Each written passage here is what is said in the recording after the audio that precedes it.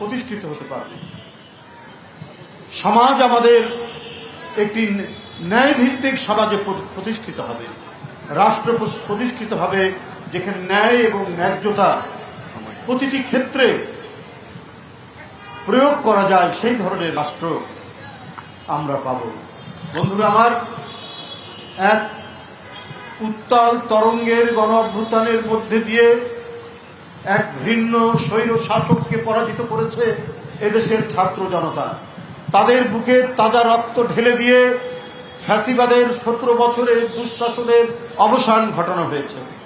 বন্ধুরা আমার, একটি অবাধ সুষ্ঠু নির্বাচনের মধ্যে দিয়ে একটি সরকার প্রতিষ্ঠিত হয়েছে, যে সরকারের অঙ্গীকার হচ্ছে প্রত্যেকটি ক্ষেত্রে জবাবদিহিতা করা।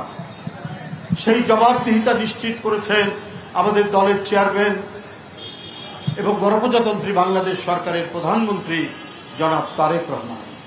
তিনি কখনো গণমাধ্যমের সামনে জবাবদিহিতা নানাভাবেই করা যায়।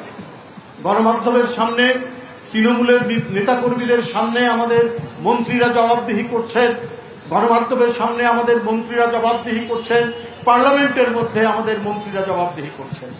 এই জবাবদিহি মূলত প্রকারান্তরে জনগণের কাছে জবাবদিহি হচ্ছে।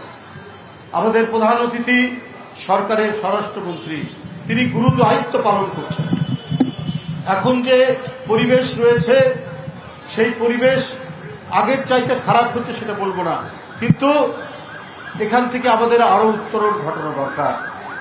তিনি যেমন জনপ্রিয় কারাগারে থেকেও তিনি তার প্রতিনিধিকে নির্বাচিত করতে পারেন, তার স্ত্রীকে নির্বাচিত করেছেন। 9 বছর গুম থেকেছেন পার্শ্ববর্তী রাষ্ট্রে, তারপরেও তিনি তার এলাকায় কক্সবাজার জেলায় নিজের জনপ্রিয়তা, একটা অখণ্ড জনপ্রিয়তা তিনি ধরে রেখেছেন। এটা একটা বিরাট গুণ। আপনার নেতৃত্বে বাংলাদেশের সকল অপরাধীরা তারা আইনের আওতায় আসবে, তাদের বিচার হবে, এটা জনগণ চায়। আপনি রাজনীতি করেছেন,